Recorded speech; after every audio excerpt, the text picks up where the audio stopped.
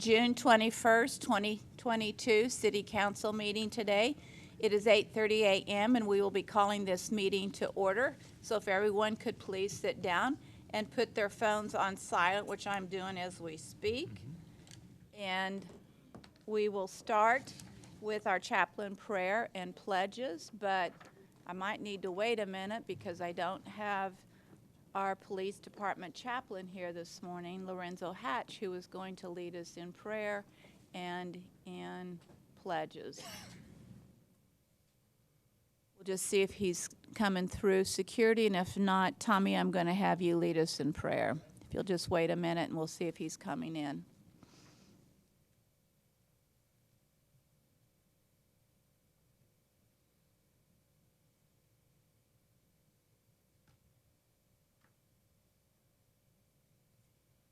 Seemingly he's not here today, so Tommy, if you'll please go ahead.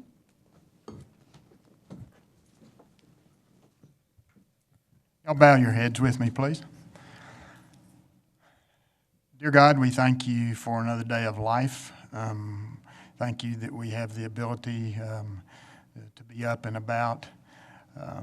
Ask that you guide the discussions today and help us all to be civil to one another and kind to one another, even though there may be disagreements.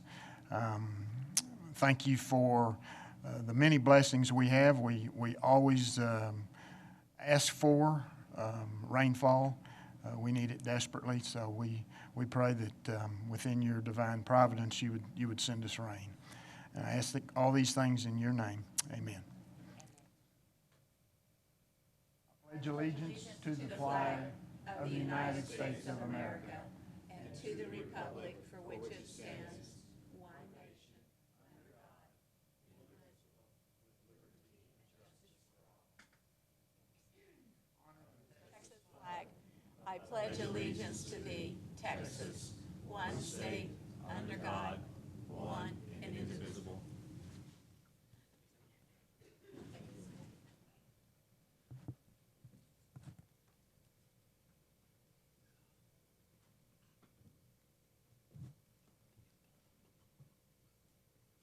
This is an unusual day as we have no proclamations this morning, so we will immediately go into public comment. Issues or concerns not on the regular agenda may be raised by the public at this time. Citizens should speak from the podium, address all comments to the dais, begin by stating their name and address or single-member district number, and limit their remarks to less than 3 minutes. Are there individuals in the audience today who would like to come forward and offer any public comment? Seeing none, then I want to just offer a couple of comments. It's Shane, I'm getting lots of phone calls from everyone on the amount of trash flying out of the back of Republic trucks and impacting the look of our city, and particularly on the frontage roads in Houston Hart area. It's been a very windy spring and summer season, but there seems to be an enormous amount of trash around, and people are choosing to call regularly on the issue. So I don't know what we can do to make sure that the Republic trucks have those trucks covered so the trash can't blow out. But I also know it's also just normal citizens who have pickup trucks full of trash in the back of the pickup truck that is also blowing out. But we're accumulating a tremendous amount of trash, and it really doesn't present the city in the best light. So we need to try to figure out how to get in control of the flying debris and trash. So if we could do that. With that, we'll, yes, sir, do you come forwards?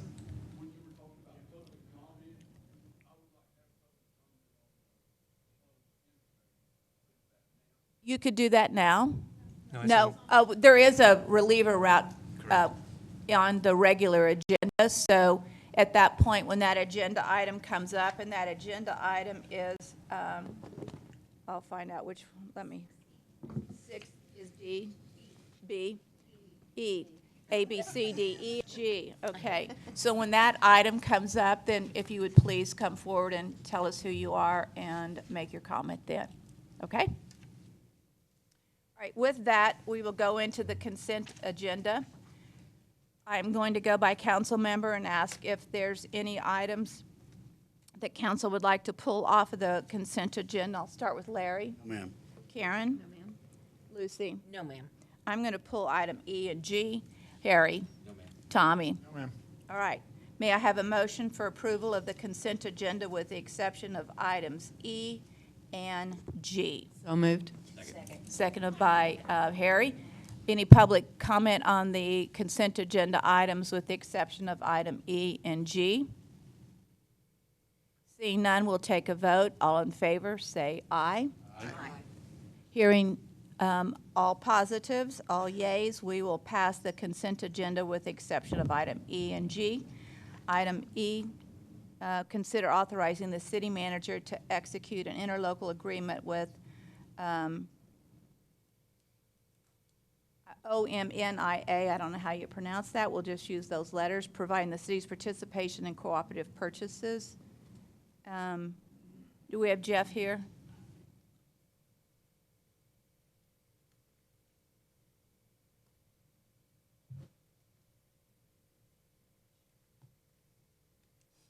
Good morning. Good morning. So this item is to join the cooperative purchasing program to help better cover some of our other needs that we would need to get for any other of our future purchases through that program. And so that offers us a better value? Yes. More competitive? Definitely. Yes, ma'am. Okay. All right. That's what I need to know. Do I have a motion to approve item E? So move. A motion by Lucy, a second by Harry. Any public comment on item E? With none, we'll ask for a vote. All in favor of approving item E, say aye. Aye. Tommy, are you an aye? Yes, ma'am. Okay, with that, motion passes 6-0. Item G, consider approving task order number 5 in the amount of $432,000 for design, bidding, construction, post-construction phase, and additional services for the North Concho River wastewater collection system improvements to Enprotec, Hibbs, and Todd to be funded by wastewater capital funds, and authorizing the city manager to negotiate and execute all related documents. Andy, glad to have you here today. Talk to us about where we are in terms of the process of getting this approval to move forward on the Concho River water project. This is not related to the Concho River Water Project, which would give us additional allocation for potential drinking water through indirect reuse. This is specifically a wastewater collection system project. Okay. And so we have the Shiloh lift station, which if you're on Bryant and you go west of Bryant, west of the river, along the ramp road, there's a little lift station off the side, and it's been problematic for years. There's a force main that goes along, I think it's 7th Street, it's the frontage road, and goes all the way to Chadburn, and we've had a series of leaks on that line as well. And so this is a wastewater exclusive project to provide a gravity line from where that lift station is now down to the Santa Fe Golf Course to get rid of the problematic force main, to get rid of the problematic lift station, and provide gravity flow from where the lift station is now down to Santa Fe Golf Course. Okay. So we will get rid of that lift station. That is correct. Abandonment of that lift station is part of this project as All well. right, and this project, what's the timing on it? I'm going to say probably we'd be looking to bid in approximately 1 year. They have 90-day windows for both preliminary design and final design, but we also have some additional sewer-related projects that, as we know, are higher priority on our priority list. And so we're going to work with this consultant as quickly as we can. But from the grand scheme of things, we need to make sure we focus our efforts on those projects that have the utmost priority. Okay. Do I have other questions for Andy on this project? Move approval. Moved approval by Tommy, seconded by Lucy. Any public comment concerning this item? Seeing none, we'll take a vote. All in favor, say aye. Aye. With none opposed, motion passes 6-0. That concludes the consent agenda, so we will move into the regular agenda. Comments regarding items on the regular agenda may be made by the public when each item is discussed as outlined above. Applicants, proponents, and appellants are exempt from the time limit above and instead must limit their remarks to less than 5 minutes. The first item is item A, consider approving the conceptual design for the renovation of the 29th Street Sports Complex and directing staff to finalize designs for the project. Al, you're on. Good morning, Mayor. Al Torres, Construction Manager. Good morning, Council. Good morning, Mr. Valenzuela.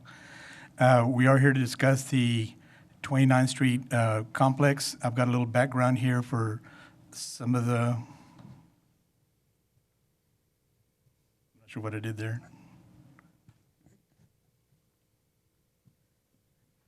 A little background for some of you that may not be familiar with the project. The 29th Street complex is located across the river from Kirby Park. You see 29th Street across here, and of course Bryant Street here. The project, the complex itself was previously the home to the San Angelo Girls Fast Pitch Association and the Northern Little League since the 70s. I remember going there when I was a kid to games. In 2010, the half-cent sales tax referendum allocated funds to this project that were targeted for youth sports facility. Tackling this project at first awaited completion of other projects. Design CDs were authorized in 2016 by City Council. A firm was hired. The CDs were completed, but the project was never constructed. Currently, this is the existing concessions restroom building and a little storage facility there. It's falling down. It's in bad shape. In addition, it's on top of a hill that's there, and which creates a lot of ADA issues. The fields themselves, as you can see, are not in great shape. The bleachers are really bad. Everything pretty much needs to be replaced. Is anybody even using this facility right now? Currently, no. Yeah, exactly. So this is what we're proposing. Number one, we're going to demolish that hill and those structures, those buildings that are on top. Number two, we're going to upgrade this the major ball field that's there, including new materials, new grass, new bases, new fence, everything, new bleachers. The existing baseball fields that are here are going to remain as is. People can use them as practice, if nothing else. The backstops are there.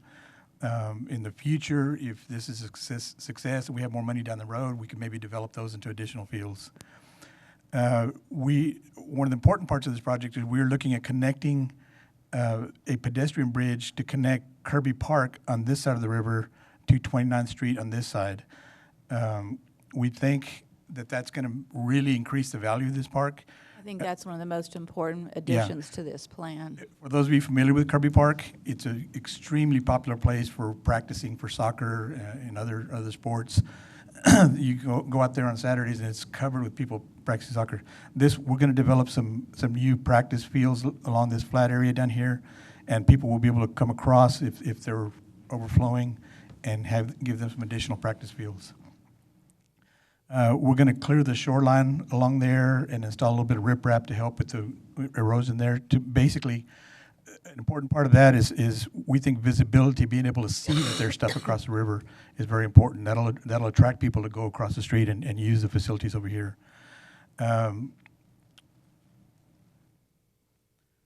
This area up here is not really developed. It's not really optimum for practice fields.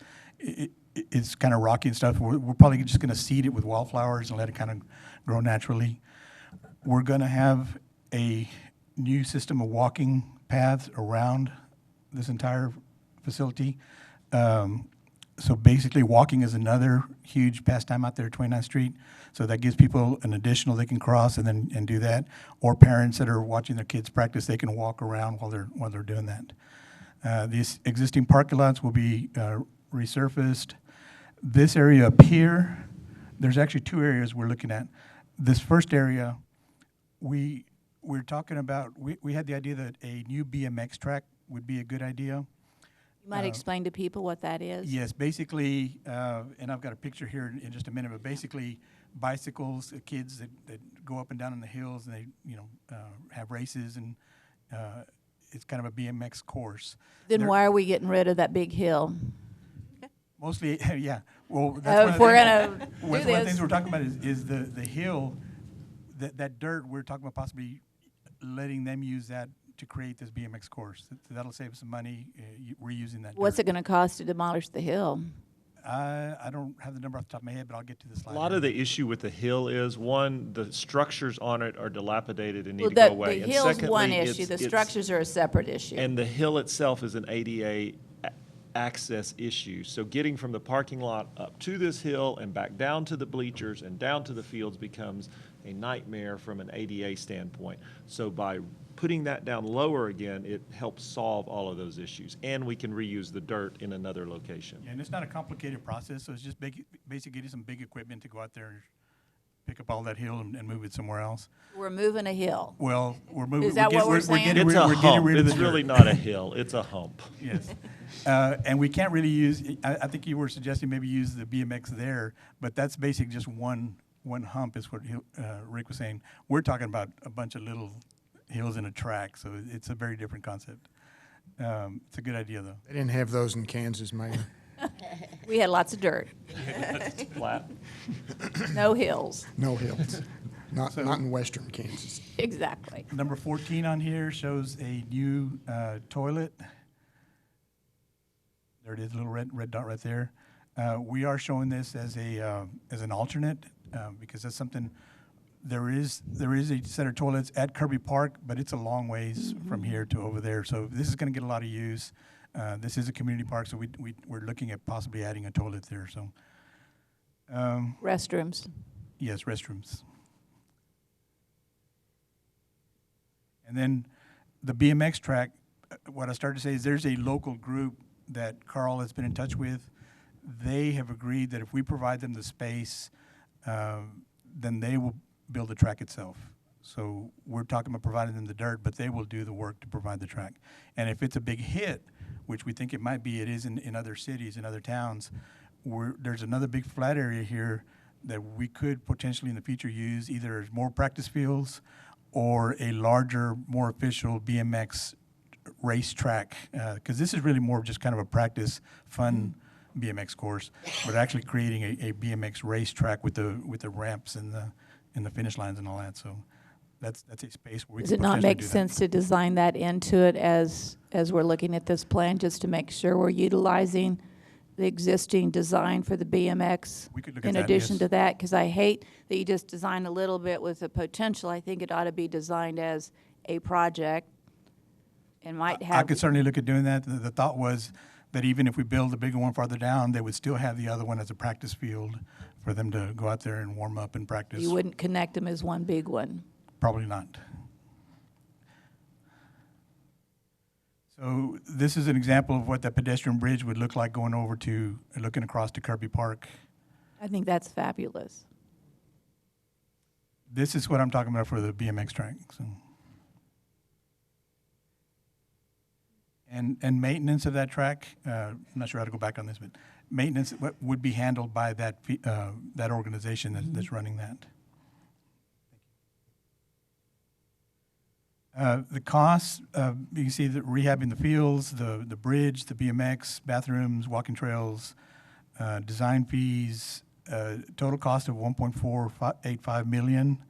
I'm showing additional costs by others. Those are costs like developing the BMX track, some other costs that are going to be in the project, but I think other people are going to take care of, so they're not part of this budget. Recurring maintenance costs. And again, if you have questions on this, I've got Carl and Roger here.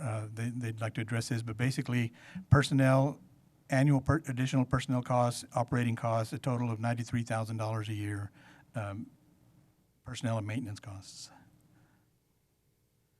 So these are some reasons why we need this field or need to have this developed. Of course, additional practice space is number one. Recreation, they'll be able to host more programs. That gives them an area that they can expand to. The sports complex is great, but it's sometimes overflowing, and they could use an additional field during tournaments to go play on. We could still lease it to Northern Little League for games if they need it.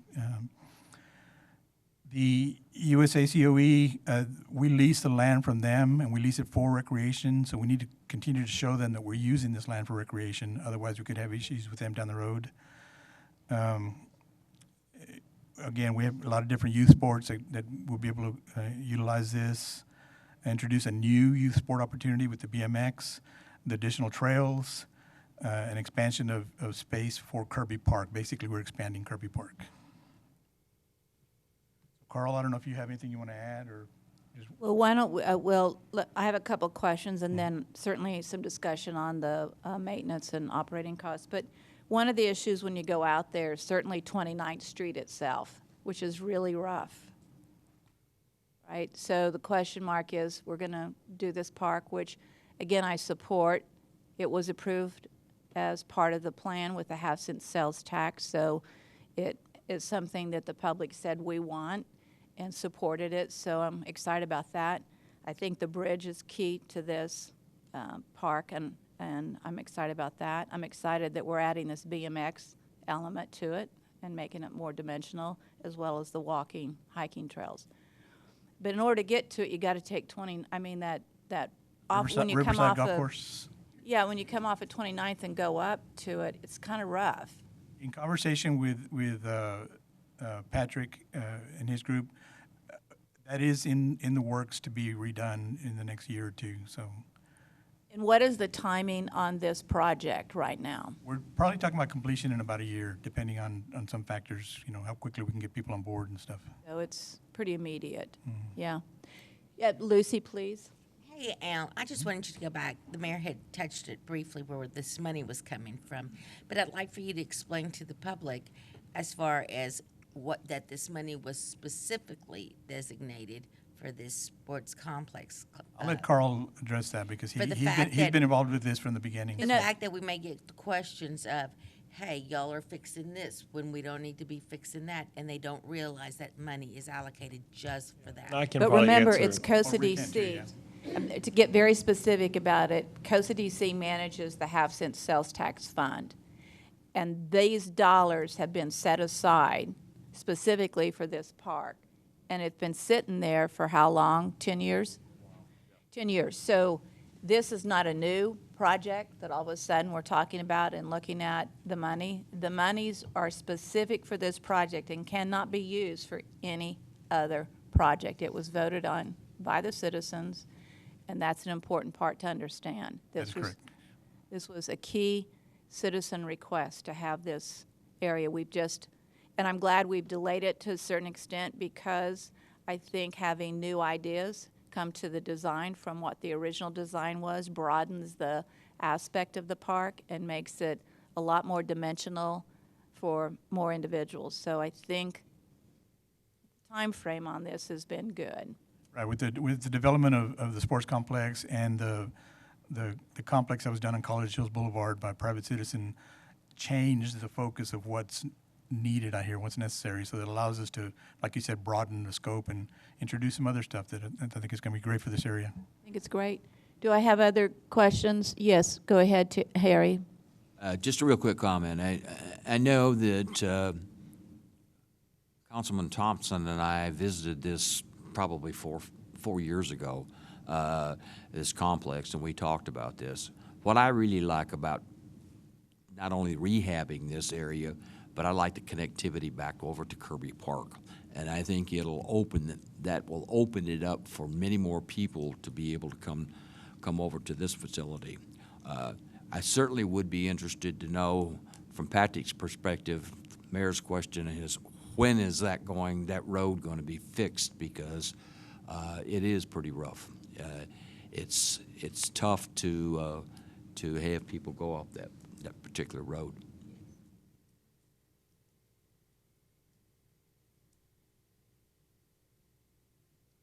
Harry, to answer that question, that road is on our radar to be repaired as we go forth. Really waiting for this development to happen before we do that. The impact of all that construction going up and down that road will just further deteriorate it.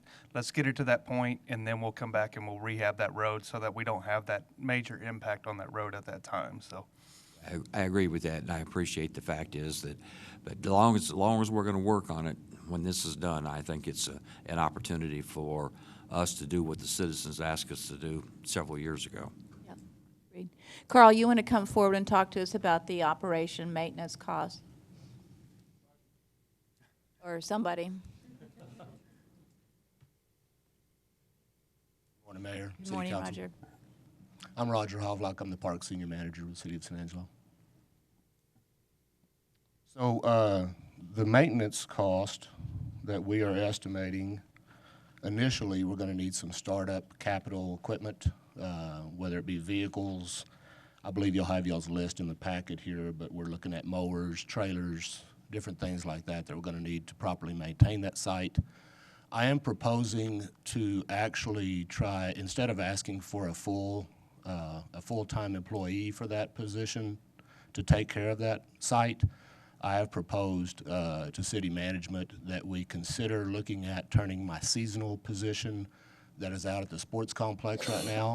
It's a position that we have had a horrible time trying to fill. Over the last 6 to 10 months, we've only gotten like 3 applications, and that has gone on for several years now. We have much better luck with full-time positions with benefits.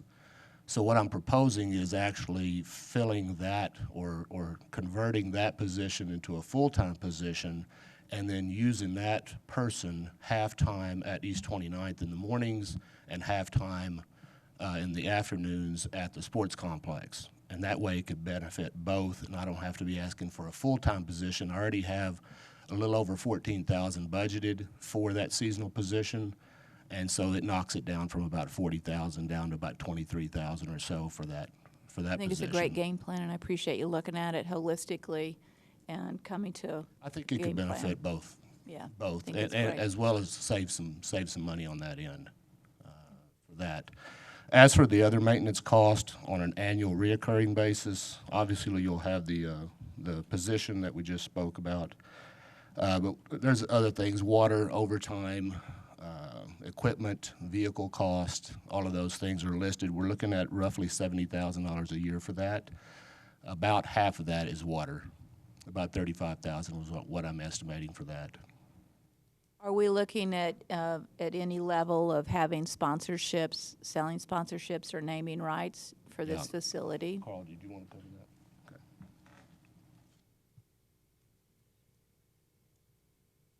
Yes, that's definitely a possibility, and we'll work with Citywise Marketing to try to get them to find some.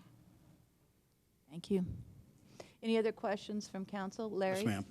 My question might be better answered by Mr. Torres concerning the prefabricated restrooms. Is that a steel construction over a concrete slab? We're looking at a prefab restroom, similar like we've done in a lot of the other parks. And is that like a steel frame? And it's concrete. All concrete, Yes, sir. okay. And It's I concrete, assume vandal resistant, the automated locks, ADA? ADA compliant, yes, sir. Okay. Thank you, It's sir. off the hill. It's off the hill. It's off the hill. Off the hill.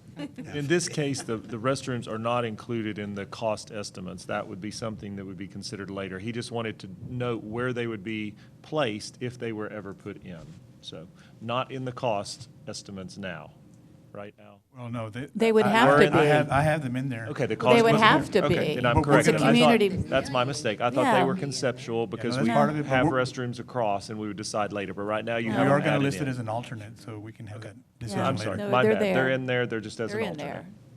there. Okay. All right, with that, do I have a motion to approve item A? So move. So moved by Harry, seconded by Larry. Public comment, please. Seeing none, we'll take a vote. All in favor of approving item A, say aye. Aye. Motion is approved, 6-0. Now we can say Al Torres moves mountains. He moves hills. All right, item B is consider awarding TIPS agreement number 200201 with King Consultants for an amount not to exceed $1,500,000 to update the North Amcon hangar to the Shell rent requirements using $196,204 from the airport fund balance and authorizing the city manager to negotiate and execute all related documents. Jeremy, you're on. Morning, Mayor, council, staff. I'm excited to be with you today. I'm Jeremy Valgartson, representing the San Angelo Airport. I'm excited again to come and discuss the welfare of the airport. This one's exciting for me. as always. If you're not familiar with the North Amcom hangar, it's a pretty neat hangar. It's got a lot of history to it, but it's actually built in the 1970s as part of the initial Mitsubishi aircraft facility as stage 2 of stage 4 when they delivered that aircraft. In 2006, the U.S. Army took it over as part of the U.S. Army Aviation and Missile Command, known as AMCOM. And what they did is they'd take helicopters in there that were destroyed or damaged during war. They'd fix them up and send them back into the service. So it was a pretty neat facility. They vacated it in 2016, and it's been empty since then, and quite frankly, been falling apart with all the windstorms. We've been using it to store all of our tractors and airport equipment in the meantime. U.S. Customs and Border Protection approached us because it is right between their 2 hangars and said our drone program, our unmanned aerial vehicle program is expanding and doing well, and they wanted to expand in San Angelo, so they proposed to lease that hangar from us. As you recall, back in September, we signed a lease with Customs and Border Protection for that hangar. And part of that lease, they requested a certain amount of improvements were done just to make it, to meet fire code, to meet all city code, so they could occupy it. We estimated that would cost about $1.5 million on our end to get that project done. We were just gonna maintain the hangar bay itself, and then they were gonna, Customs and Border Protection was gonna fix up the offices and all the storage areas on each side of the hangar. We did sign a 5-year lease with Customs and Border Protection. That lease will take effect as soon as they take occupancy, once all these improvements are done. It's a 5-year lease with 3 5-year options, so we've got 20 years there with Border Protection. The first 5 years, we get $193,260 a year in rent. Here's the shell rent requirements, and I won't go through all of them, but basically, we just need to get the hangar back to operational like it was when AMCOM was in there. They're not asking for any additional improvements other than what it takes to get occupancy. The other part of this is that large AMO hangar is not sprinkled, and they're requesting or requiring us to sprinkle that hangar as well to maintain current code. However, Customs and Border Protection is going to pay for that fire suppression system. They have to run it through us. They're going to pay us over a 10-year period. So that amount will be taken out of our total over the 10-year period. This is just a draft, a sketch of what the hangar looks like. I know it's kind of hard to follow, but you see the middle area, that's our responsibility, is to maintain that middle area. The biggest cost here is obviously fire suppression. The 2 wings on the top of the page and on the bottom of the page, those are going to be maintained and fixed up by Border Protection. They're estimating to put about $1.5 million of their own money into that, the rest of the hangar. Here's the scope. I kind of already talked about it, but we need to put about $1.5 million from our estimates into it. Border Patrol put about $1.5 million. I talked about the fire suppression system. That $812,000 will be paid back to us over the 10-year period. The white box, I want you to focus your attention, because this is us spending money and efforts to make money so the airport can continue to be self-sustainable. And this would actually help me get my 2 additional employees that I've been carrying on the books for a while. We could fill those positions and help beautify the airport. The current lease rate from the 3 Border Patrol facilities, actually it's just the 2 Border Patrol facilities right now, is $219,757. After they get occupancy and we get all 3 leases, we'd make $587,316 a year. So this would really help my operating budget. Here's the funding, and the good news is I'm not requesting any Costa DC funds. I'm not requesting any general funds. Michael and I and Tina sat down and figured out how we could do it with our 220 operating budget. Because we've got the CARES Act, CARISA Act, the bill money from the federal government, we've been putting all of our salaries towards that, so the FAA has been paying our salaries through those programs. So all the money that we have budgeted for our salaries, we have been setting aside. So I'm proposing to use our salary savings, technology capital, and utility savings. That's going to get us up to $1.3 million and some change. That's going to just be an internal budget amendment. What I'm asking for from you today is I will need a little bit of fund balance so I can get that $1.5 million to get the project done. So I'm seeking $196,204 to be taken out of my fund balance. My current fund balance is $554,000. So that will leave me a remaining fund balance of $349,000 once I get my $1.5 million. So what I'm looking for is to award King Consultants. We have a TIPS agreement with King Consultants. I actually brought them out because we found asbestos in the hangar.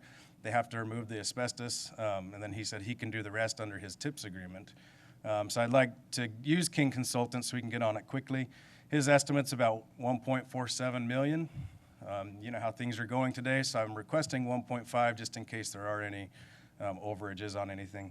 And then I'm also seeking, as I said, authorization to use $196,000, $196,204 in fund balance to get my 1.5. So, any questions? I think this is an exciting project, and it really helps us take that airport facility to another level and really helps us complete and add to the Planes, Trains, and Automobiles strategic plan. And so I am very supportive of this. Tommy? I'd move approval, Mayor. Okay.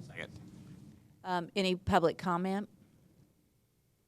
Seeing none, we'll take a vote. All in favor of this item, please say aye. Aye. With none opposed, motion passes 6-0. Thank you. Thanks, Jeremy. Item C, consider resolution allowing the adjacent property owner to remove a tree in the public right-of-way adjacent to 15 West Beaugard Avenue per section 7.02.034 of the City Code of Ordinances. John, you're on. Thank you. This may look familiar. Again, John James, Director of Planning and Development Services. You recently saw a case where the adjacent property owner had requested removal of a tree, and this is next door. Very similar tree, appeared to be planted at the same time, same sort of damage to the sidewalks, and so they're asking basically for the same thing as you approved on the adjacent property to remove the tree. There you can see a picture of that existing tree. You can see here was the tree that was recently removed, and you can see how they've repaired the sidewalk. It's a I little don't see the new tree. No, well, and I'll get to that in just a second. Until but, we see the new tree, I'm like, that was very specific, so. They've matched, the construction of that it matches the Chadburn Street project with that sort of gray brick look, and so these folks will match that as well. You can see here a small hole. That will be expanded onto this property, and that's where the tree will be planted, and then they'll replace another tree. So once they complete all of the sidewalk and tree removal on the adjacent, then they'll finish out with the trees on both properties. Do we have timing on that? We do not. I know they want to move quickly, and so I don't anticipate any concerns with that being delayed. They're just waiting for the other work to get done so that they can get the trees in. I'm guessing they'll probably want to wait till it's not 108 degrees out to do that, though. This is just a kind of a rough sketch. Again, the 2 tree wells will be done as part of the construction of the sidewalk, and once that's done, they'll be able to plant those trees. I'd be happy to answer any questions. Do we have questions for John James on this item? Yes, sir. Yes. I've noticed a lot of the pistache trees are dead around town, primarily due to the previous blizzard and another cold winter. Is that the optimal tree to replant here? I would defer to maybe Rick or Carl or something. Carl who here, knows more is about Roger trees. here? I will say that we would require them to replant in cases where required trees go in. If they do die, then they would be required to replace it if it does die. Which is fine. I think he's just asking that we make sure that the tree that's selected has a hardy base to it, and I think the answer. Biggest selection, the biggest obstacle they were trying to put in front of us was a streetscape tree. So a live oak, while it's a pretty tree and hardy, uproots the sidewalk, pushes it up, and so we're limited on what those can be. And some of them, I think, on the list were a mountain laurel or this or that. So I think the trick is with some of those smaller species like that, if we have one of those winners on occasion, we may have that. But once again, we'll have the caveat that says, you know, if it goes away, you got to replace it. It just can't stay vacant. that's the key. If one goes down, another goes up. And we had asked them, based on your approval on the first tree, to select trees from the Chadburn Street project list so that they would be one of the same types of trees that are being planted along Chadburn. And so it was basically at the city's request that they picked from that list of trees, and that's the one they chose. Okay. With that, do I have a motion for approval? Move to approve as presented. Seconded by Tommy. Any public comment? Seeing none, we'll take a vote. All in favor, say aye. Aye. Motion passes 6-0. We'll move to item D, first reading and public hearing of an ordinance for Z22-11 to rezone a property from the ranch and estate to the heavy manufacturing zoning district being 20 acres located southwest of Old Ballinger Highway and North US Highway 277. John? Thank you. You can see here on the aerial photo, this is a largely undeveloped area, farm and ranch land. There are some both businesses and homes throughout this area. You can see on our long-range plan that entire area is designated for industrial, but it currently has the blue is industrial zoning, but the green is ranch and estate, and so just kind of historically that's been zoned ranch and estate. So the request is to rezone that one piece to manufacturing, heavy manufacturing for, I believe, a concrete batch plant will go out there. And so, again, this is an area that's been designated for industrial. It's away from most other kind of commercial and residential properties. As I mentioned, there is a residential property. Actually, let me mention this real quick, that we did send out our notices to the surrounding properties, did not receive any responses. Again, you can see it's largely open. There is a home right next door to this, so they will be required to put up a fence between their property and the home. And in addition, they'll have to have a 100-foot separation, so any heavy manufacturing activity on the site can't be within 100 feet of that residential property that's next door. So they'll have to maintain that distance as well as the privacy fence between the two. Staff does recommend approval, as did the Planning Commission unanimously. With that, I'd be happy to answer any questions. Are there questions for John on this item? Lucy? How long before they develop this concrete plant, batching plant? I'd have to defer to the applicant on that. I'm not sure if anyone from them is here, but at this point, they're looking to rezone the property. I believe they're ready to move forward quickly, but as with these go, that sometimes happens, and sometimes it could be years before they actually move forward. I move to approve as presented. There is a motion. May I have a second? Seconded by Tommy. Any public comment? With no public comment, we'll take a vote. All in favor of approving item Aye. D, say aye. Aye. Motion passes 6-0. We'll move to item E, first reading and public hearing of an ordinance to amend the Master Thoroughfare Plan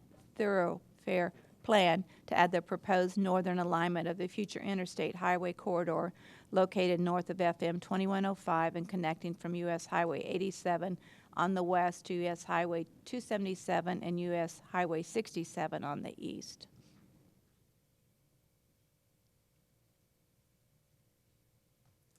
This is an amendment to our Thoroughfare Plan. As you know, we have, as part of our comprehensive plan for the city, there is a thoroughfare plan or transportation plan for the long-range future of roads and highways within the city. And so this is an amendment to add the interstate corridor. I'll point out that this route is not something that city staff came up with. We're simply reflecting the route that is on TxDOT's plans for the northern portion of the interstate. All of the rest of the interstate corridor within town would be on existing highways, and so there's no new route other than this northern piece that would basically connect from 87 over to 277 and on through to 67.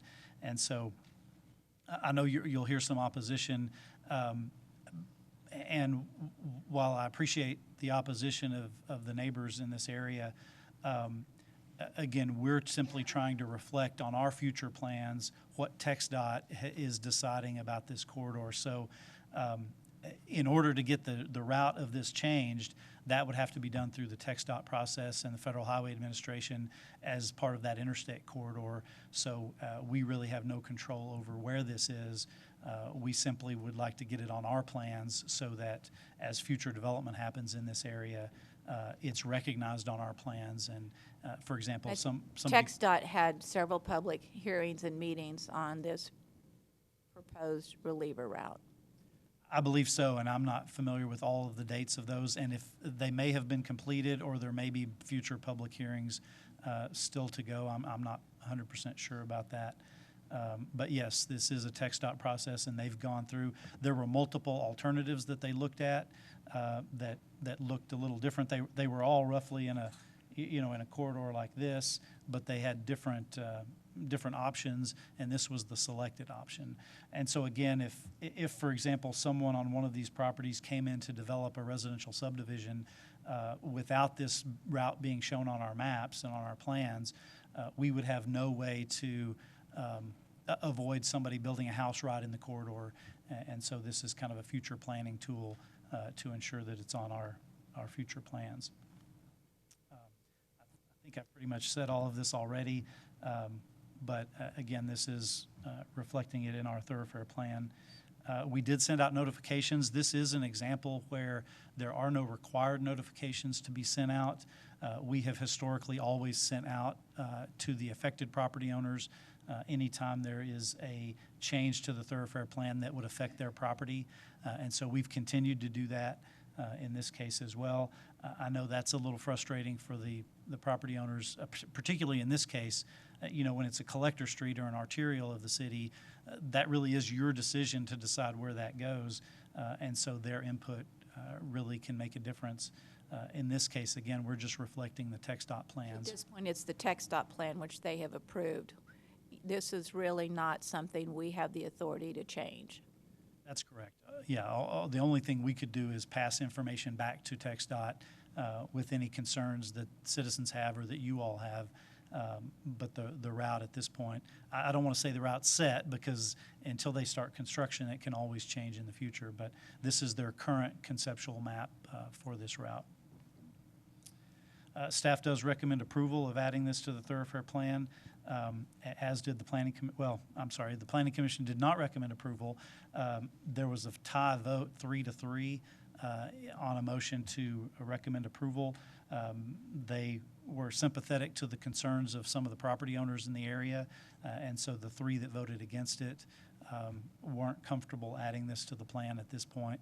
So it does come to you with no recommendation from the Planning Commission based on that tie vote. With that, I'd be happy to answer any questions. Other questions for John James? Karen? Yes, please. John, if you'd go back, to the map that... The notification map or the other? This one or... No. The other. There you go. And so I see that the affected properties are parcel 11085 and 11097. Because the map is small, can you show us and the public those with two your properties you just with your mentioned cursor are right in there. And this is the property owner with the historic ranch that was... I believe that's the property that you got the letter from. Again, there were other property owners that spoke at the Planning Commission, and I believe some of them are here as well, and they can probably point out which specific properties they're here to speak to. Potential timeline for the interstate route right away to actually be... That would be a No TxDOT idea. question. Having worked on similar projects in the past, I would say anywhere between like 1 and 20 years. I mean, it's really no... It won't happen in our lifetime. Not in our lifetime. It will in mine. Well, now, Mayor, you may be right. You're so much younger than Karen and I. This is very early in their process, and it really depends on federal funding and prioritization at the federal and state level. So it really could be, I suspect it wouldn't be less than 5 years for sure, and it could be 20 or 30 years for sure as well. And what you are asking us to vote on has no particular effect on this homeowner at this time? Not No. immediately. for Not sure. immediately, No. at this time. Correct. Really, the only impact on those property owners, if they were to go and develop their property as residential subdivisions or commercial development, they would have to pay attention to where that route is drawn so that they're not building things within that future route. Other questions for John James? Yes, ma'am. Yes, Larry?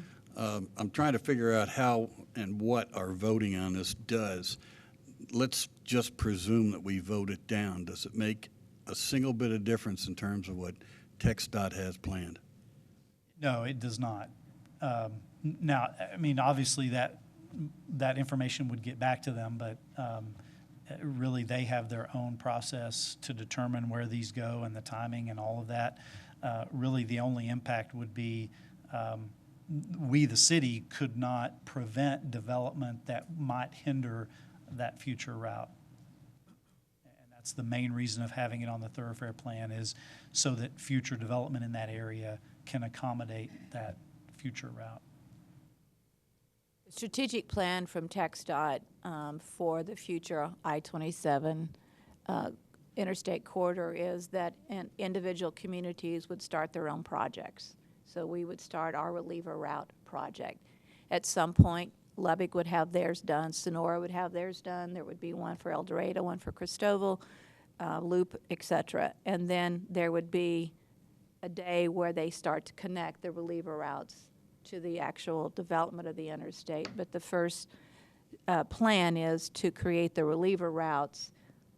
So generally speaking, in your lifetime, you would see the reliever route development. You may not see the completed interstate, but you would see segments of that interstate being developed. And that's the strategic plan. Still no timeline. Further questions from council? Do I have a motion? So move. So moved by Harry. Do I have a second? Second. Second by Tommy. We will now open it up for public comment. I know that there's some individuals here who would like to offer public comments, so please come forward, state your name, where you live, and add comment.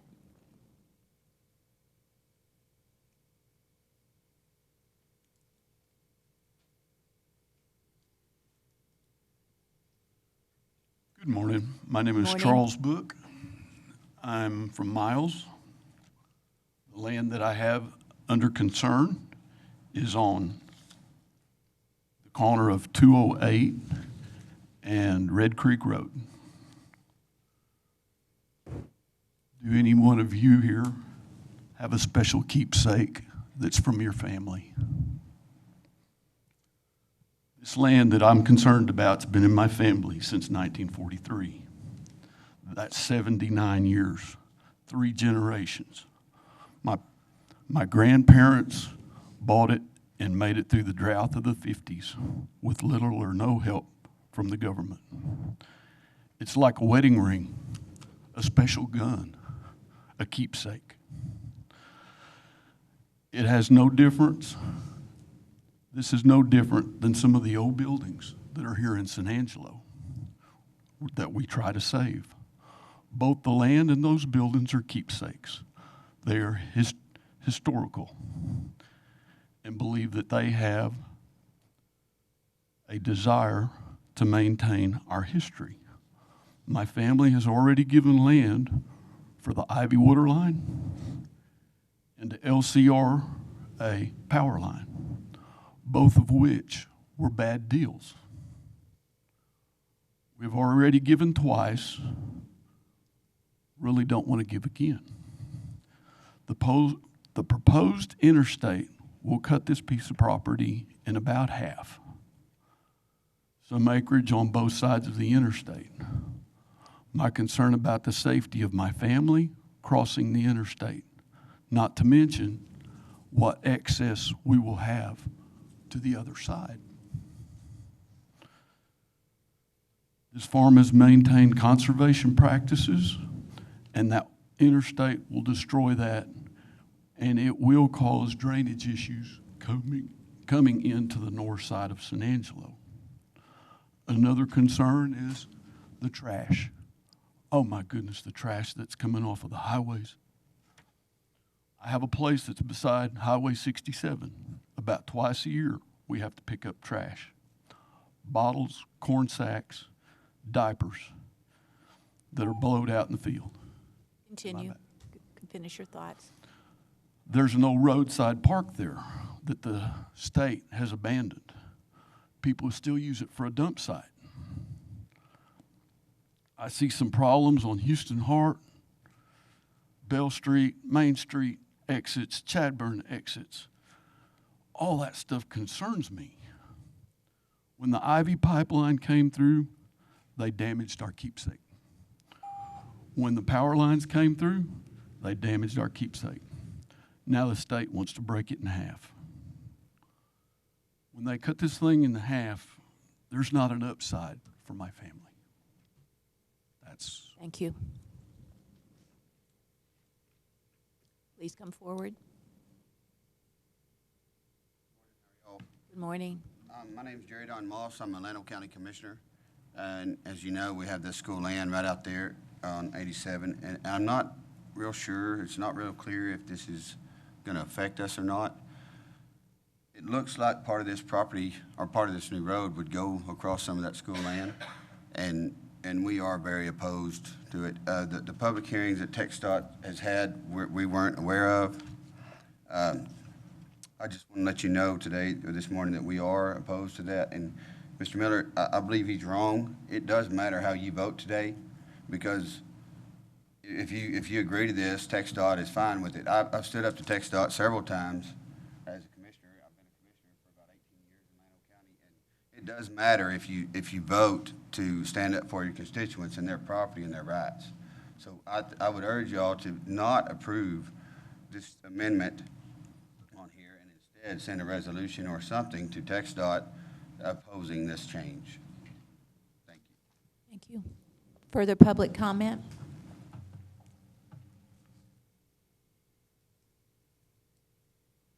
No further public comment? All right. Then we'll take a vote on this item. We'll go individual by individual and take the vote. So we will start with Tommy. Aye. Harry. Aye. Larry. Nay. Karen. Nay. Lucy. Aye. Mayor. Aye. Motion passes 4-2. Item F, first reading and public hearing of ordinances amending the following. 1, Z22-02, an ordinance to approve a new historic district in downtown San Angelo located between Concho River, North Irving Street, East 4th Street, and South Oak Street. And 2, an ordinance amending Chapter 12, Planning and Development of the City Code of Ordinances, Exhibit A-Zoning Ordinance, Section 211, Historic Overlay Zone, amending the criterion process for certification of appropriateness and demolitions, and establishing an administrative approval process. And 3, consider a resolution approving the city's historic preservation design guidelines for the Central Business District and expanding the boundary north to 4th Street. John, you're on. Thank you. And Julie is passing a list of opposition. We only have the one copy. We do have it scanned, but we don't have, we didn't bring copies for everyone. So as that passes around, we'll just need to get that back, but we can get you copies later before second reading. This proposal actually does 3 things, and so I'll go through all 3. But the first is creating a downtown historic district. I'll come back to these maps in a minute, but a couple of years ago in 2020, the city commissioned a consulting firm to undertake a historic resources survey of the downtown. So basically what they did was look at every building within a large area of downtown.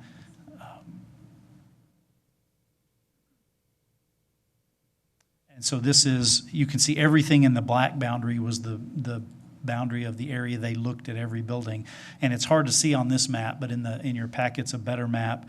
But each of these little dots you can see are each of the buildings within that area, and every one was designated as high, medium, or low priority for as a historic resource. And I'll talk in a minute about exactly what those distinctions mean.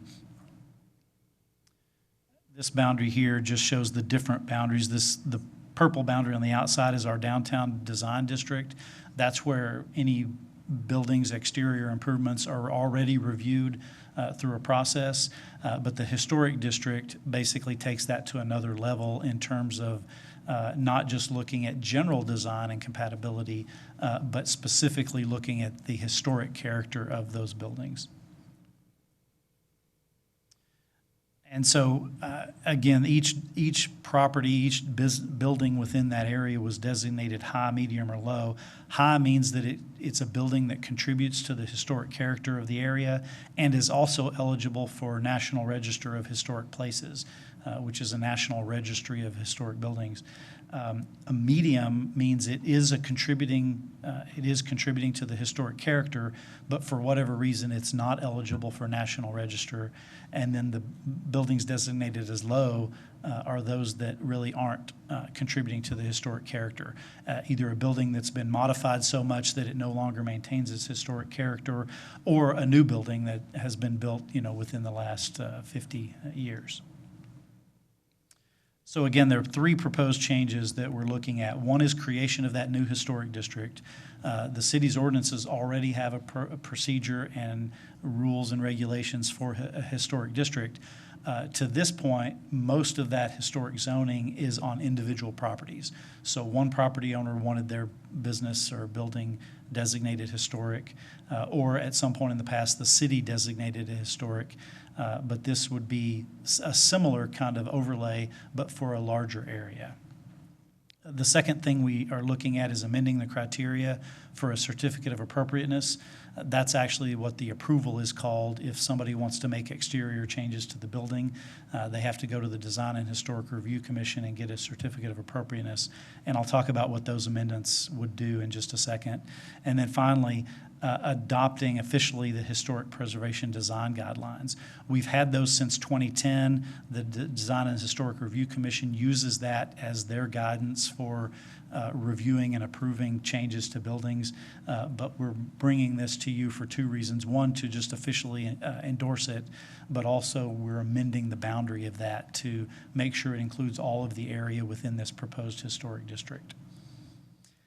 We did send out notifications as required, both within the area and within 200 feet of property owners within the area. There were 144 notices that went out.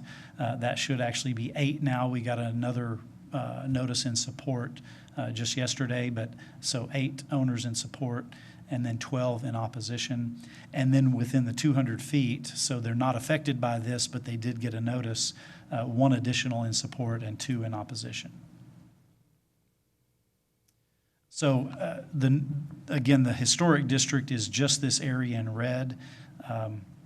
And so it includes basically 1 block on either side of Chadburn to Oaks, and then 1 block in the other direction to Irving, from the south end there almost to the river, and then up to, I think that's 3rd Street.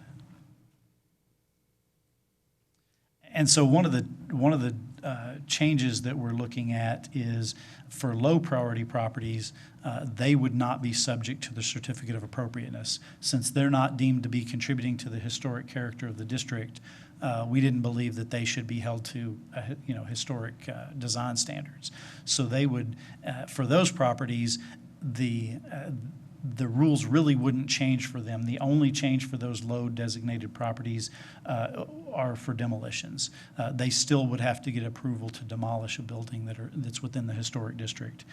But then for all of the other buildings that are designated high and medium priority, they would have to go through that certificate of appropriateness process to get approval from the Design and Historic Review Commission. In some cases, one of the next proposal that is amending the ordinance would provide an administrative opportunity for some of those approvals, similar to what we have now in the downtown design district. Right now, if you get a certificate of appropriateness for a historic building, every single one of those has to go to the Design and Historic Review Commission. What we're proposing is to have a list of things, small signs, for example, like for like replacement. If you're changing the awnings and you're putting the exact same awnings up, that can be reviewed and approved by staff. It would not have to go to the commission. I think I've gone through those. Again, that's the new administrative process. And so this is just the list of items from the ordinance that would allow staff to approve those things without them going to the commission. So I won't read through all of these, but things like fences and landscaping, exterior painting, if you meet the historic color palette that's in our guidelines, you don't have to go to the commission. Staff can just approve that. If, for example, you want to paint it a color that's not a historic color palette, then you would have to go to the commission. Again, some other examples, construction that's not visible from the public right-of-way. If you can't see it from the street, then that's something that could be approved administratively. It wouldn't have to go to the commission. There are some advantages. I know a lot of the property owners, especially those opposed, focus on the disadvantages that they see, but our historic district rules that are already in place provide a tax abatement for those properties that have that historic designation. It's currently a minimum of $200 a year if you're a contributing property, and 20% of your taxes, that's capped at $1,000. And then for non-contributing properties, a minimum of $100 a year, but 10% up to $500. So there are tax advantages of being in a historic district. There's also for projects, if you go onto a historic property and spend more than $10,000 on improvements, a portion of that can be abated in taxes as well. So it's similar to the tiers program. It's not the same, but this is basically an automatic abatement. If you're doing things to restore a historic building, you can get an automatic tax abatement for those, for 50% of those expenses. And then finally, as I mentioned, the third thing we're doing here is adopting the Central Business District guidelines. This is a historic guidelines for that area. You can see in yellow here is the current boundaries of that. Again, that's been in place since 2010. All we're doing is moving that boundary up to make sure it includes all of the areas within this historic district. Just some examples from the guideline. I think those guidelines were included in your packet, the full set of guidelines, but it provides just kind of general details on historic character as well as that color palette that I mentioned. So again, if you pick a color scheme that's on our list, you're automatically approved. You can still do other colors, but then you just have to go through a process.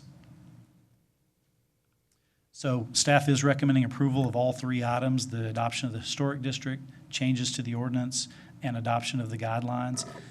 And the Design and Historic Review Commission approved those unanimously, 5-0. I'll just mention there was a recent change in state law. Normally, these zoning type items go through the DHRC and the Planning Commission and then to you all. The state law says you have to pick a commission or board to be the decider. Under our ordinances, that's the Design and Historic Review Commission. So we did present this to the Planning Commission yesterday just for their information, but there's no requirement that they vote on that. I know that was a lot of information very quickly, but I'd be happy to answer any questions. I think this is one of the most important things that we can do as a city council. The number of people who visit San Angelo and comment on our historic district, it's an ongoing, consistent, daily comments from people from outside of our town.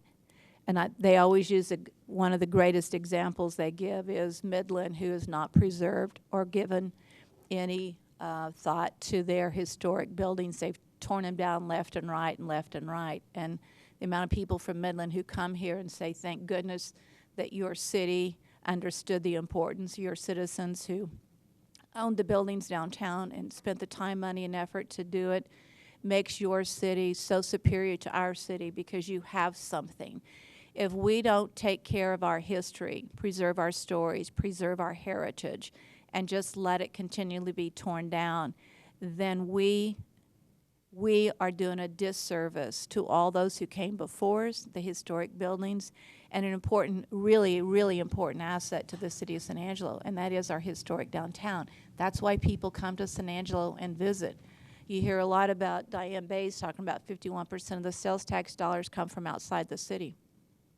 Historic downtown's a big part of those sales tax dollars that are brought to this city because of what we have done and has been done, and we need to ensure that we continue to protect and save what we have. We've already allowed many buildings to be torn down, which we now have big empty parking lots that are not an advantage to the way we look, and buildings that should have been saved but weren't required to be saved really changed the face of our downtown, and we cannot allow that to continue to happen. I am in strong support of this.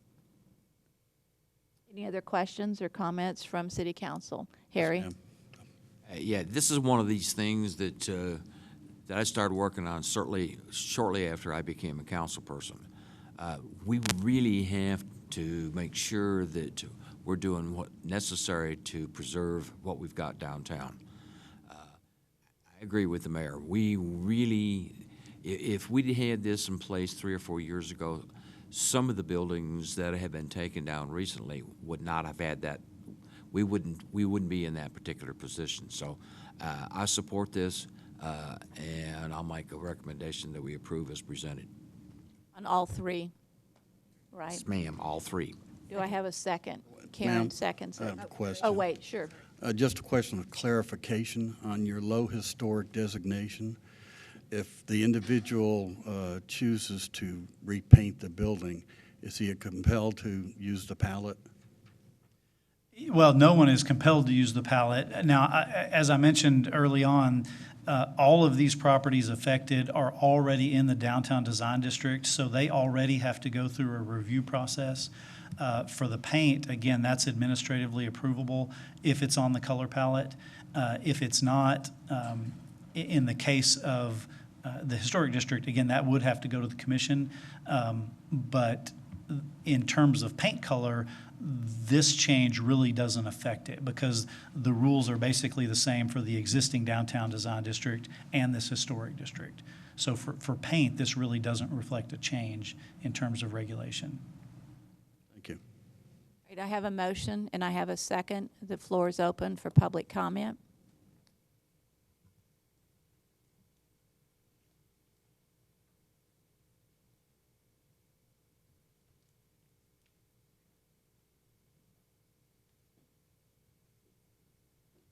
Hi. My name is Julie Hughes. My husband and I own property in this district that you're proposing. We have both sent in our opposition to this. I think at a time when we've been through a lot the past couple of years, much of it government imposed. We suffered inflation, gas. I can't find my brand of peanut butter right now. It's making me testy.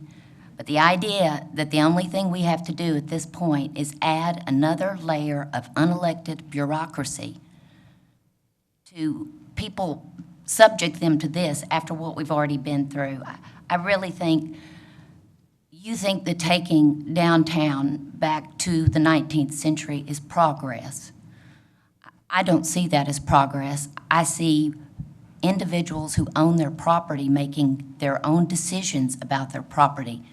I see that as progress. And I know sometimes you may not like it because you own property down there. But it's their property, they pay taxes. This is just another overreach. You just want to control people who own property around your business, I believe.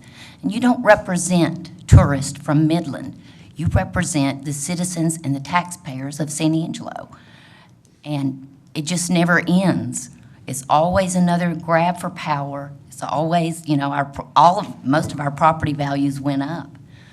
And your historic design commission that you did a couple of years ago, when you did that, I think that's when you actually put up a website and called them abandoned and neglected properties. So you slandered properties owners' property in the downtown area. So I am opposed to this, and I wish that you could find something that would actually go towards helping the citizens of San Angelo instead of adding another requirement, more money, more regulations. Oh, please, when I have a repair, let me go and grovel in front of another board for a permit so that I can use my own money to upgrade my own property that I pay taxes on. It's becoming ridiculous. I'm going to pay close attention to this vote. I hope everyone in the room does. And I hope that there'll be some pushback against anyone who votes in favor of it. Thank you. Any further public comment?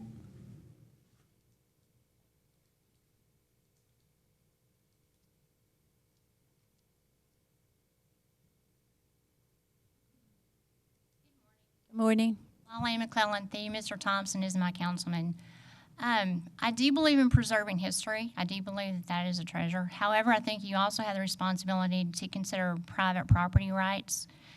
And I would have a question too, that how many times has this historic district been expanded, and do you foresee any further expansion, or do you think that this is it? I mean, I really do feel like in a lot of these cases we're not considering the property owner's perspective of this.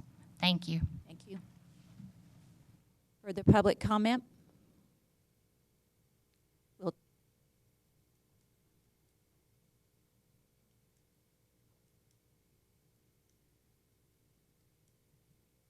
Good morning, Council. Good morning, Mayor. Monica Ramos, Assistant Director of Downtown San Angelo.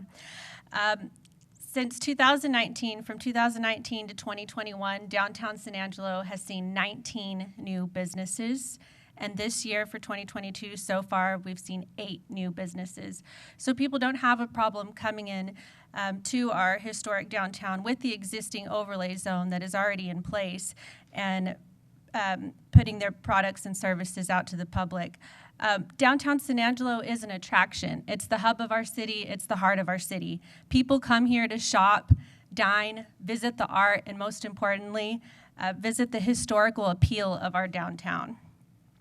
There are so many properties in downtown that have done rehabilitation to the interior of their properties, and they're creating a nostalgic and inviting atmosphere to our historic downtown San Angelo.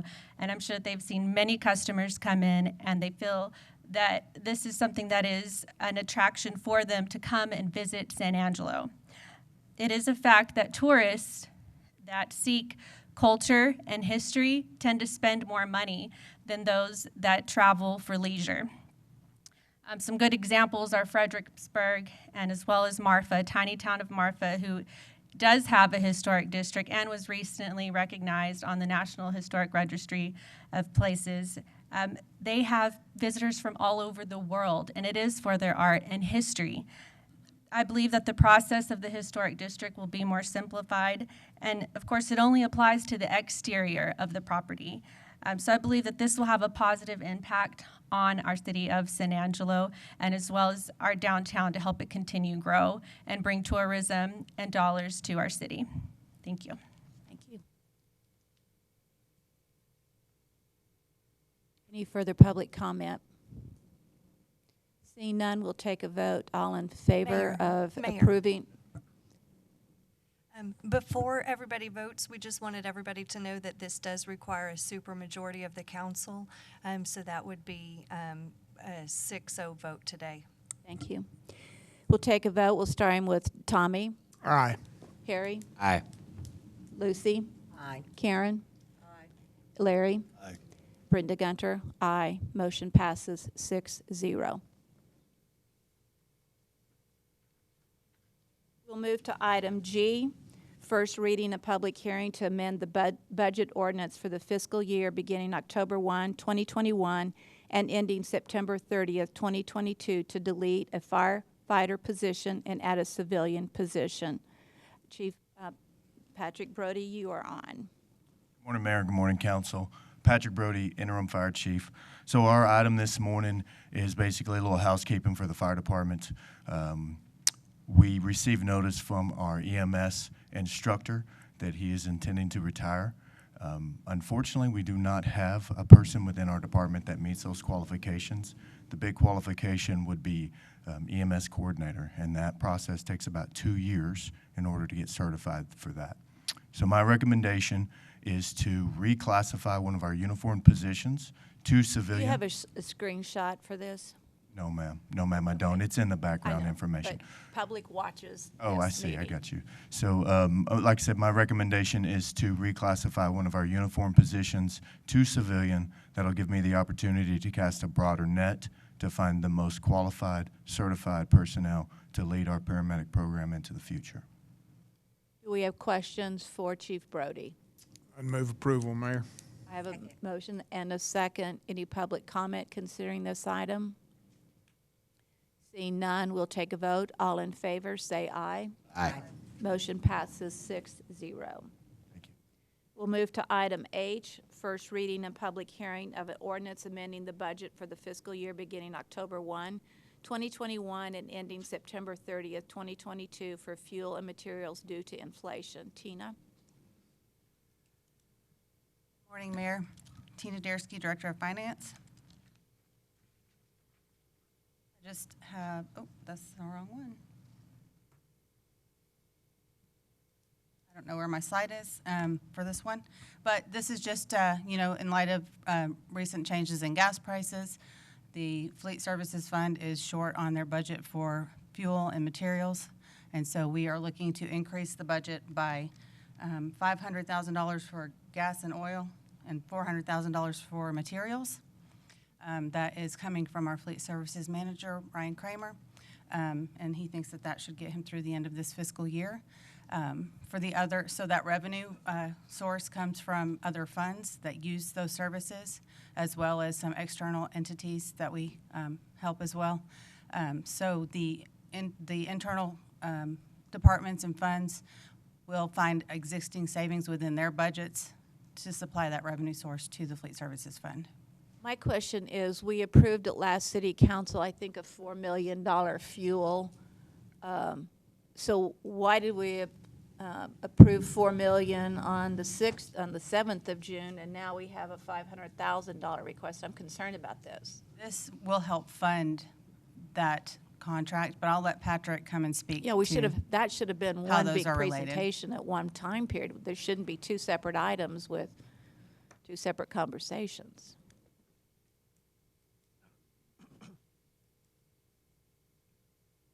Morning again, Mayor, Council. The item that Tina's presenting today is to continue through this fiscal year. The item that y'all approved last meeting, that was a multi-year contract for those supplies. So what we do, the $4 million is a annual expense, so that carries us through Annual the meaning following start fiscal date. years. What's the start date? October 1st. Okay, so I'm not sure we were. Well, the fuel contract actually starts from that we approved last time actually starts for the continuance of this fiscal year. The $4 million was an annual expense that carries the multiple years of that contract. So we bid it out, we award it for multiple years, so we get that economy of scale, and the vendors can plan, and the city can plan as we move forward as well. But the item that Tina's asking for, the $500,000, is just to continue through this fiscal year for planned fuel expenditures for the summer, for basically the summer term, and to continue through October 1st of this year. And so, did we go out for bids on this fuel? So how did we come up with the $500,000? What? It is bid out. So the way we do our fuel is we bid out a delivery cost, basically a premium over rack. And so whether it's a 1 penny, 2 penny, 3 penny, and then on a daily basis, on an as-needed basis, we reach out to those approved vendors, ask them what their daily rack price is plus their delivery, and then we make that determination based on the lowest price at that time. So it's competitively bid for the markup, but the daily delivery or the as-needed delivery is bid out on a daily basis. So, again, I'm kind of confused that we didn't have this as one budget. I mean, if we do $4 million worth of fuels starting October 1, and we haven't approved the 2022-2023 budget, but we've already approved a $4 million fuel expense. We approved the expenditure up to $4 million underneath that contract. The actual expenditure, the money available, is approved through the budget process. So if you don't approve the $4 million, we can spend up to $4 million, but only what is allowed by the budget. Questions from Daniel? I know that at the beginning of the year, of course, we've established our budget based on forecasts as far as what it's going to look like. What we're saying right now is what we forecasted is not enough to get us through the fiscal year. So you're asking for an amendment, Tina, at this point to make sure that we can get through this fiscal year based on the fact that what we had projected is not enough at this point. That's it. And I'm clear on that. What I'm not clear about is why, when we were talking about the $4 million, we didn't have a conversation about going to need to come back to City Council for an additional $500,000. That's what I'm not clear about, why they were two separate issues. I don't question the need for it. Obviously, fuel costs in everybody's household has gone up, so we're not surprised by the need for more fuel. I'm just kind of wondering why we did it this way. Doesn't make sense to me. Does not change the fact that we probably need to approve $500,000 worth of additional fuel, because we didn't know when we approved the 21-22 budget we would have fuel cost escalate. Right. Okay, with that, do I have a motion for approval? So moved. So moved. Second? Second by Lucy. Any public comment? Seeing none, we'll take a vote. All in favor, say aye. Aye. Motion passes 6-0. I, first reading and public hearing of an ordinance authorizing the issuance and sale of City of San Angelo, Texas combination tax and limited surplus revenue certificates of obligation series 2022, appointing a pricing officer and delegating to the pricing officer, that's a new word, pricing officer, the authority to approve on behalf of the city the sale of the certificates, the terms of the certificates, and the offering documents for the certificates, establishing certain parameters for the approval of such matters by the pricing officer, approving the use of a paying agent and registrar agreement, leveling an annual ad valorem tax, and providing for the security for and payment of said certificates, providing an effective date, and enacting other provisions relating to the subject. You can tell that caption came from an attorney. Yes, you can. So, I'd like to council. see the job descriptions line by line in terms of these people. Yeah. Yes, I agree. Okay, so you approved the notification of intent on April 5th. This is related to our street reconstruction rolling debt program, and so this is $16 million that will be issued this year. This ordinance sets the parameters within certain parameters. I have Vince Vial from Specialized Public Finance here. He's our financial advisor, and this ordinance gives them authorization to work within those parameters that are in the ordinance. The debt will be amortized over a 20-year term. It's important to note that there will be no tax increase related to this debt issuance. And then this will go out to bid on June 23rd. And Vince and his folks will notify me as the pricing officer of the lowest bidder, which in terms of interest rate. And then that will give me the authorization to tell Vince to move forward with the process.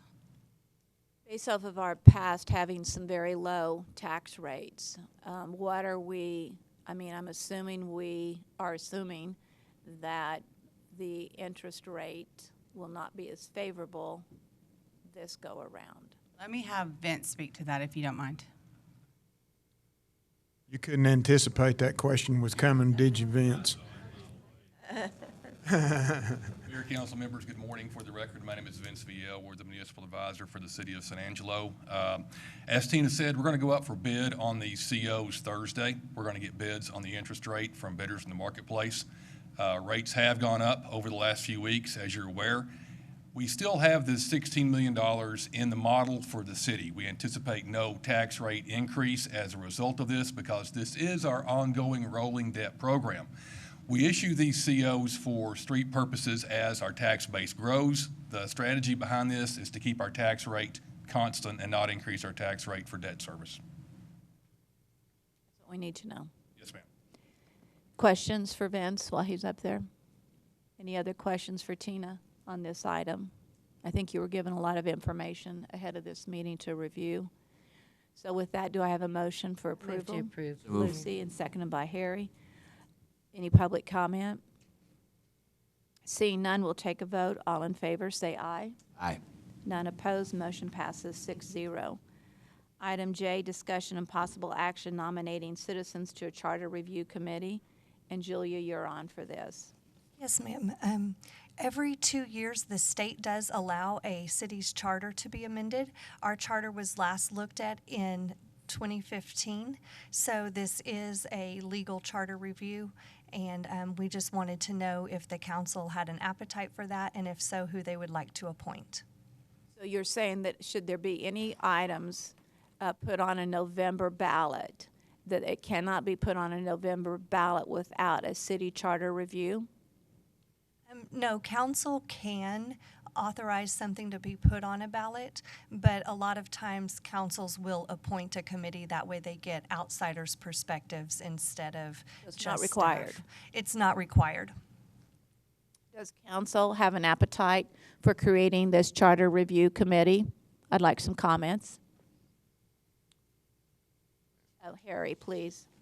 As a member of the last Charter Review Committee before I became councilperson, I will have to say it is an opportunity to make sure that our charter is in alignment with the state statutes and also to clean up anything that may be in there. To take a serious look at any item on the charter that we may want to take to the citizens for their review. So I support it. I think it's a good opportunity to see what's out there. Any other comment? I would echo Tommy? what Harry said, Mayor. To me, it's a part of the process over, and we don't have a defined number of years, but that it's a process that we should go through to just have it reviewed. So I am in support, Mayor. Lucy? I'm also in support of it, just for the mere fact that it has been since 2015, since it's been looked at, and maybe they'll find out things, excuse me, that do need to be updated. Any other comment, Karen or Larry? No, with none. All right, so do we need to make the nominees today, or is it just that we are going to approve creating a charter committee, and then each council member will then appoint someone to this committee? Do those names need to be considered today? The council does need to approve the list of the committee members. So I would advise, if you're ready today, it'd be better so that they can start moving forward, since it is kind of a tight timeline between now and November. And the other thing you might want to consider is whether or not you want to give them a focus of certain sections of the charter, or if you want them to look at the charter as a whole. I have heard Teresa James on several occasions comment that there's some areas of the charter that she thinks needs to be cleaned up, that would be more issues about legal perhaps than about general philosophy about doing some things.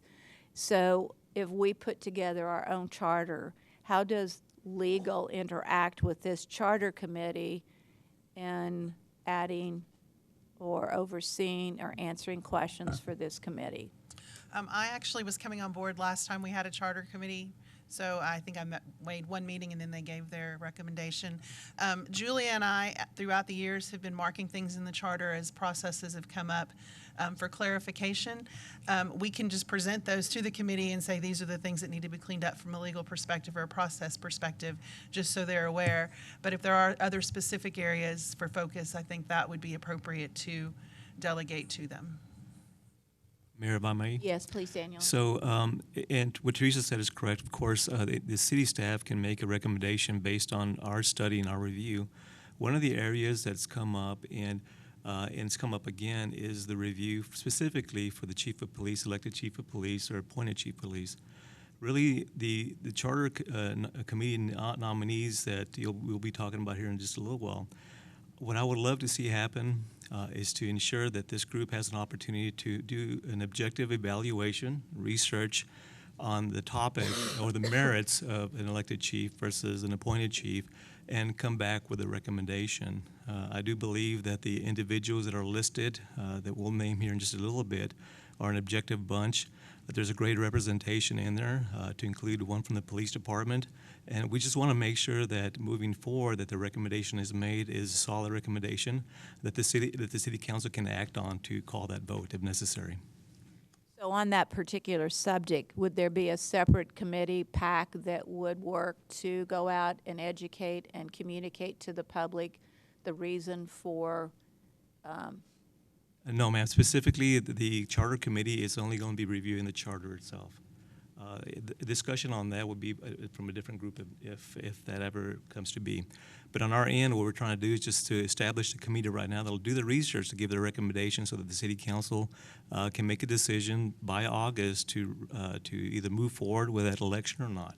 So this is really what this is about. And this group will do that really important research, that very objective research to come back with a recommendation to the city council members. City staff on the other issues that Teresa just talked about, we can research those other issues and come back and give a recommendation. But really, the individuals that are listed here are more specific to, we would highly recommend that the city council give the direction that this group would be the ones that research the elected versus the nominated chief of police, again, on the merits associated with either one of those. All right, then the next question I have is basically some of these things, including that item as a discussion, there's going to be a timeline. So what we need to understand is what's the timeline that these the recommendations must come.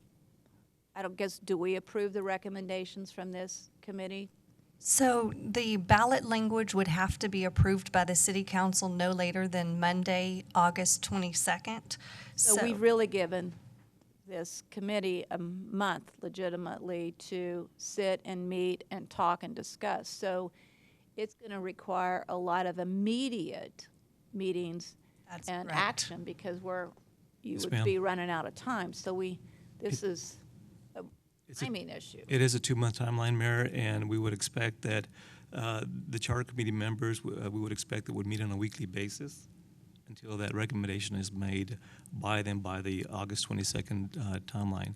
So yes, you're correct, Mayor. That's something that's going to be kind of an intensive deal, meeting on a weekly basis until the recommendation is given to the city council members. Okay. Other questions for Daniel, for Teresa, for Julia on this item? All right, then do I need a motion to approve nominating citizens? Or a motion to include creating this charter review committee as well as the names of the people at the same time? I think the most efficient way to do it would be to go down the list of each council member, get their name, and then take a motion on the committee as a whole. Okay. Lucy? Billy DeWitt. Karen? John Austin Stokes. Larry? Ronald Graham. Harry? Andy Poole. Tommy? Mark Lack. Brenda Gunter, Judge Alan Gilbert. Mayor, and then Mayor Tom's not available today, but his nominee would be David Howard. So from the police department. Yes, ma'am. Assistant police chief. Correct. All right. So do I have a motion to approve a charter review committee and the members of that committee as just declared? I move to approve. Lucy makes that motion. Do I have a second? A second by Harry. Any public comment? Seeing none, we'll take a vote. All in favor, say aye. Aye. None opposed. Motion passes 6-0. We will now, that concludes our regular agenda for today. We will move into closed session. The executive session under provision of Government Code Title V, Open Government Ethics, Subtitle A, Open Government, Chapter 551, Open Meetings, Subchapter D, exceptions to requirement that meetings be open under the following sections. A, Section 551.071, consultation with attorney regarding UCRA agreements, and Section 551.072, deliberations about real property regarding 316.879 acres in the Sarah R. Robertson S-0178A-8474. We will be adjourned for the closed session at this point. And the time is 10:09. This meeting will be called back to order at 10:56 on June 21st. There are no announcements to be made from executive session. So at this point, we will ask if there's any announcements and consideration for future agenda items from anyone on council. Seeing none, I'll ask for a motion for adjournment. Mayor, first of all, when is our next meeting? July 7th. 7th, okay. July 7th. It's a Thursday. Move we July 7th, adjourn. but we Oh, have yeah. a budget meeting on June 26th, I think is the date. Tuesday. Next Tuesday. Okay. And we will discuss the enterprise funds. Well, whatever the date is. It's going to be July 26th. It's a Tuesday. June 26th would be a Saturday or Sunday. Let me see. So it's July 26th.